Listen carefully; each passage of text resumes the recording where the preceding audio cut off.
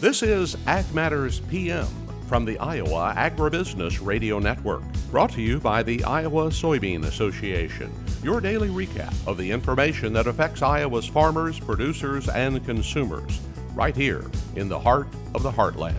With reports from our award-winning broadcast team of Dustin Hoffman and Riley Smith. Now, from the IARN studios in Des Moines, here's Dustin Hoffman. Good day, everybody, and welcome to another edition of Ag Matters PM from the Iowa Agribusiness Radio Network. I'm Dustin Huffman. Coming up in today's episode, we'll take a look at your ag weather outlook. We'll complete a discussion about a new USDA program and what it's going to mean for us in Iowa and how long we're going to have to wait to be a part of it. But first, let's run down the ag market recap. It's time now for the Ag Matters PM Closing Market Summary, your source for market analysis and settlement prices from the day's trade in Chicago, courtesy of the folks at agmarket.net. Well, it's time to see how the markets shook out on a Thursday, and for that, we're talking to Brian Splitt of agmarket.net. Brian, how are things going today? Things going great. We had a little bit of two-sided trade today. The corn and the wheat markets were lower. Soybeans were able to fight off some of that pressure and finish slightly higher on the day. And May corn spot month kind of teetering in this $8 level. It does feel like corn's getting a little tired here.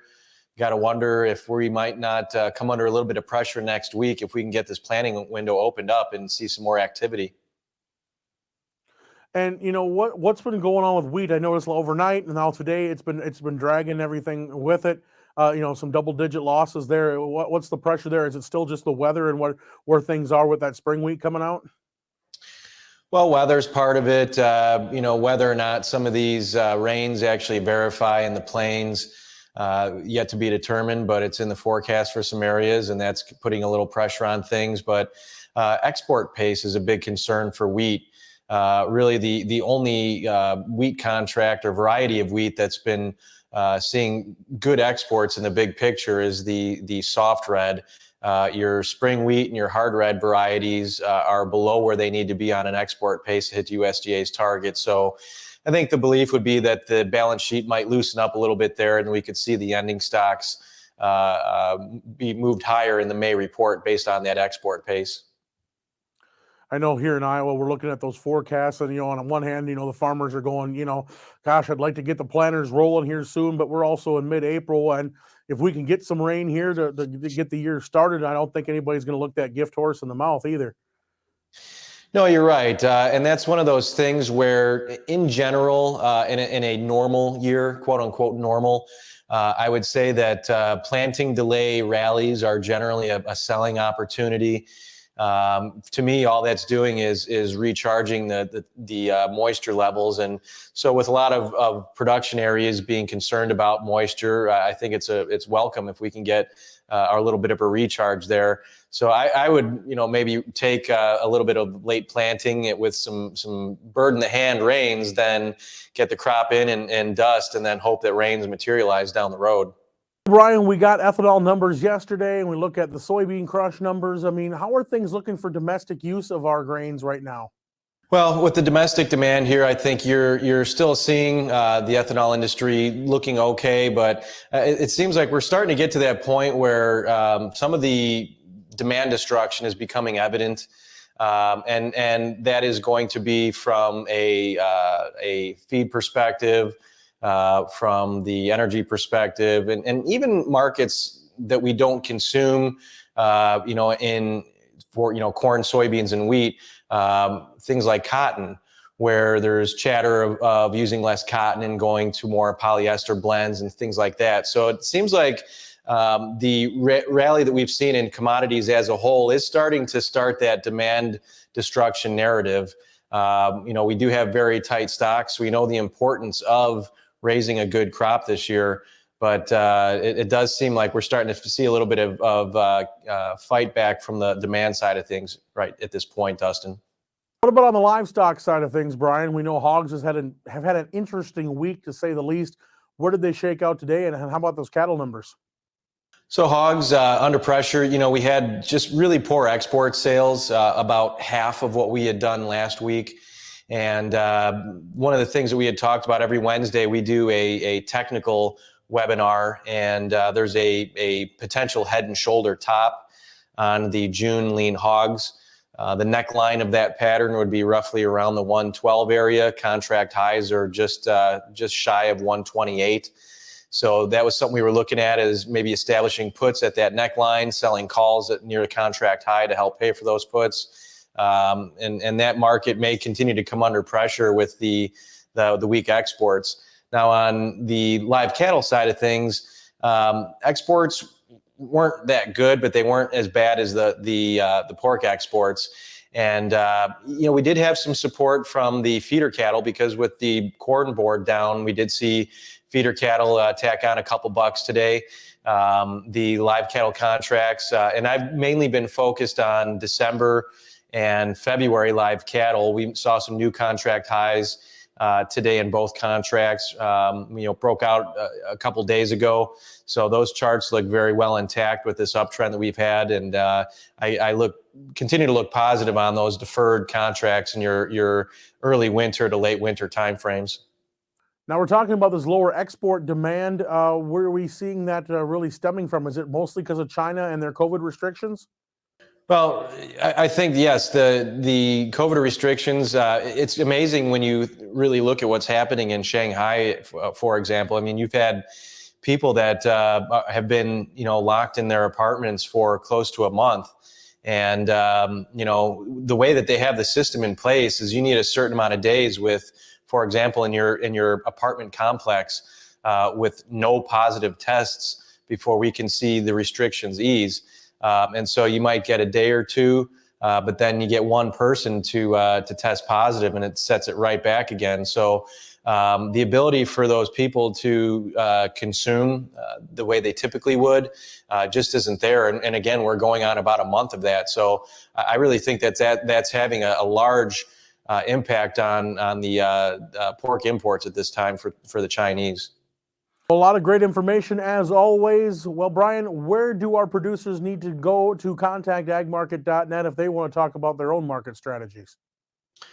We've got a general line. It's 844-4AG-MARKET, so 844-424-6758.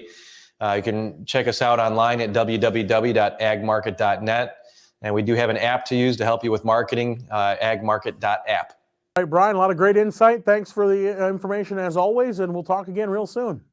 Sounds good, Dustin. Appreciate it. Have a great one. It's Brian Splitt of agmarket.net here on AMPM. Let's go ahead and take a look at those closing numbers being brought to you by the folks at Bar Chart. July corn down 14 3/4 at $7.95 1/4. December down 9 3/4 at $7.38 3/4. July beans up 2 1/2 at $17.19 1/2. November up 2 1/4 at $15.31 3/4. Soy meal down $2.40 at $4.6390. Soy oil up 89 cents at $79.64. Chicago wheat down 21 at $10.76 1/2. Minneapolis down 17 3/4 at $11.54 1/2. Kansas wheat down 26 at $11.43 1/2. July oats down 11 1/2 at $7.09. June live cattle were $1.27 higher at $139.90. May feeders up $2.37 at $164.85. June lean hogs down $1.57 at $117.17. Pork cutouts down $1.05 at $123.85. Class 3 milk for April up 3 cents at $24.30. And that's been your Ag Market Recap here on Ag Matters PM. We'll take a quick break and hear from our sponsor, the Iowa Soybean Association and the Soy Checkoff. And when we come back, we'll take a look at that Ag Weather Outlook, and then we'll hear more from the USDA and the White House about a new program. This is Ag Matters PM. Iowa Soybean Association is driven to deliver for Iowa's 40,000 soybean farmers. We're proud to provide objective agronomic research, a helping hand with soil and water stewardship, and timely industry news powered by the Soybean Checkoff. Learn more at iasoybeans.com. Welcome back to AMPM from the Iowa Agribusiness Radio Network. I'm Dustin Huffman. Let's go ahead and get started by checking that Ag Weather Outlook.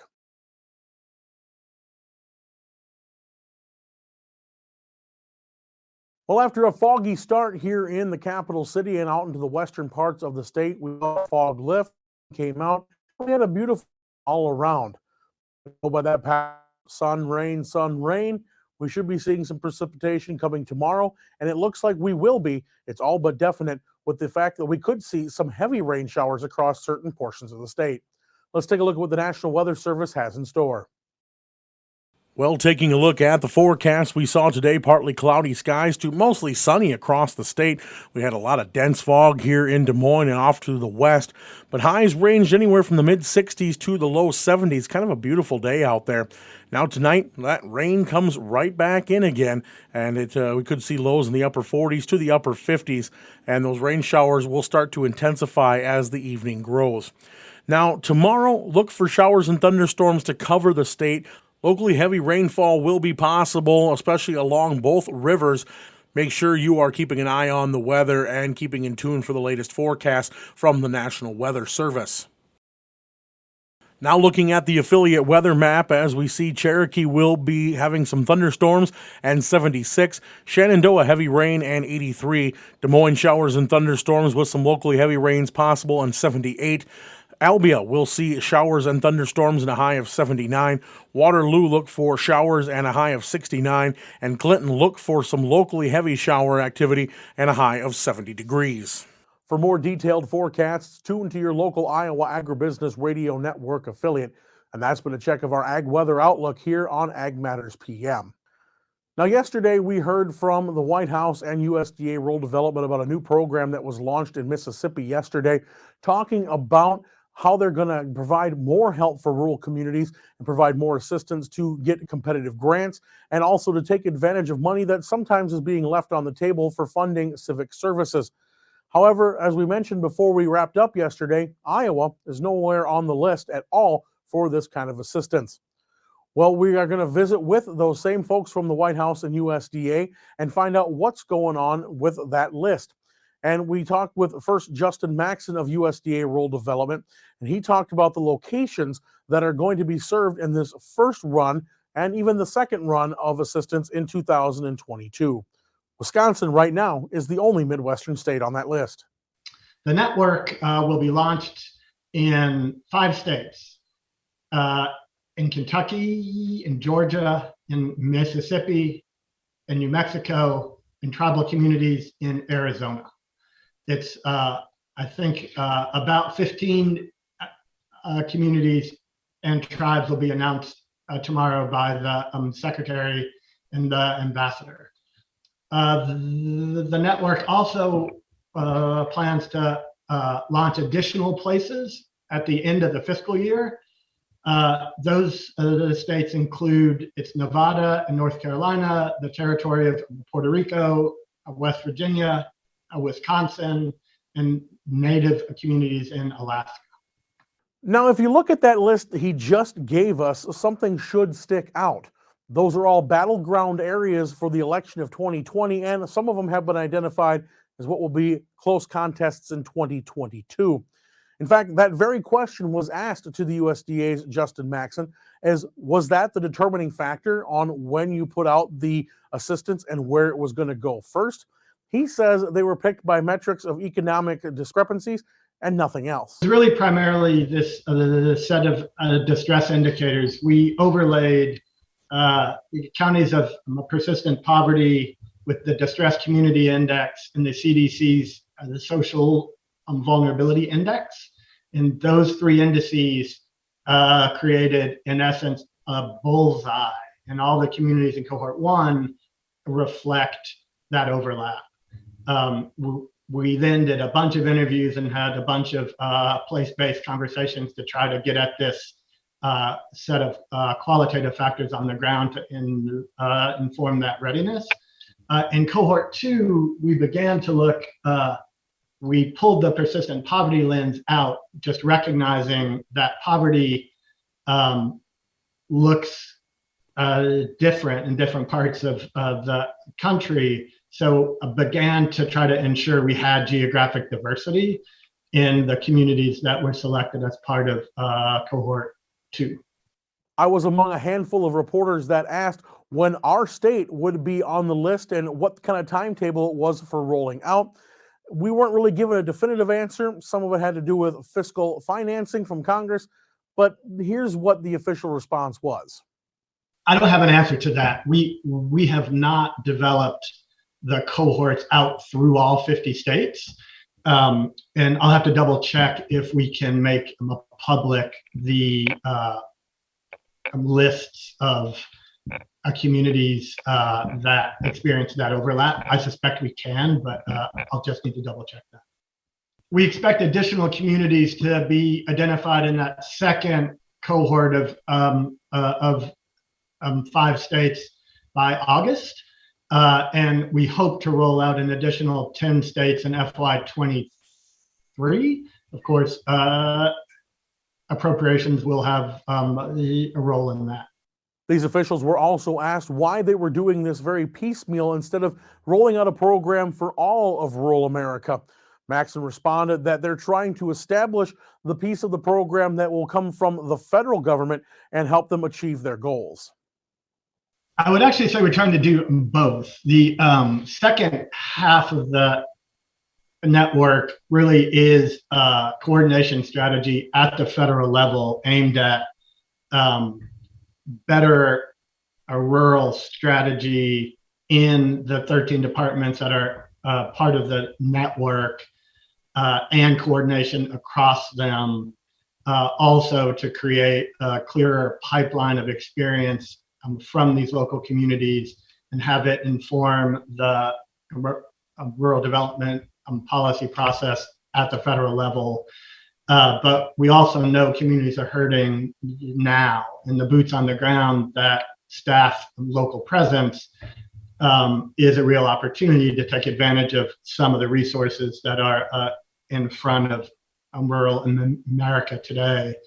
The factors involved in the selection, it was a combination of quantitative metrics about need and a set of qualitative